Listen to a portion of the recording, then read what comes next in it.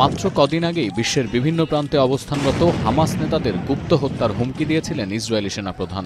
এরই ধারাবাহিকতায় এবার কাতারের দোহায় হামাস প্রতিনিধি দলের ওপর হামলা চালাল ইসরায়েল। গোয়েন্দা সংস্থা শিন বেতের সহায়তায় এ হামলা চালানো হয়েছে বলে দাবি আইডিএফের।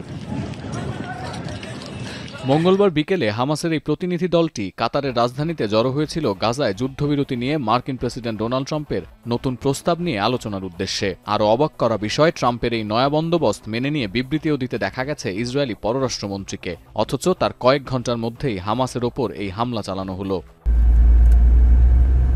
ইসরায়েলি এই হামলায় হতাহতের খবর মিললেও হামাস নিশ্চিত করেছে এতে দলের শীর্ষ নেতারা অক্ষত আছেন। নিহতদের মধ্যে হামাসের গাজা অঞ্চলের প্রধান খালিল আল হাইয়ার সন্তান ও তার এক সহচর ছিল বলে বিবৃতিতে উল্লেখ করেছে সংগঠনটি। মধ্যপ্রাচ্যের কয়েকটি সংবাদ সংস্থার দাবি, এই হামলায় ইসরায়েলের মূল লক্ষ্য ছিল হামাসের ৩ নেতা খালিল আল হায়া, খালেদ মাশাল ও জাহের জাবরিনকে হত্যা করা।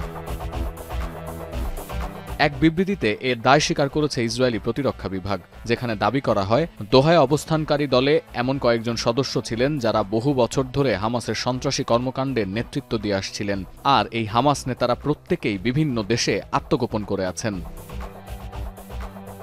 হামলার প্রতিক্রিয়ায় হোয়াইট হাউস জানিয়েছে এই হামলা সম্পর্কে যুক্তরাষ্ট্রকে আগাম তথ্য দিয়েছে ইসরায়েল। আর এক এক্স বার্তায় ইসরায়েলি প্রধানমন্ত্রী বেনিয়ামিন নেতানিয়াহু স্পষ্ট করেছেন, ইসরায়েলি প্রতিরক্ষা বাহিনীর নিজস্ব পরিকল্পনায় এই হামলা চালানো হয়েছে, এর দায় সম্পূর্ণ ইসরায়েলের। এছাড়া এই হামলার তীব্র নিন্দা জানিয়েছে ইরান, আর নিরাপত্তার প্রশ্নে কাতারকে পূর্ণ সহায়তা দেওয়ার আশ্বাস দিয়েছে সৌদি আরব।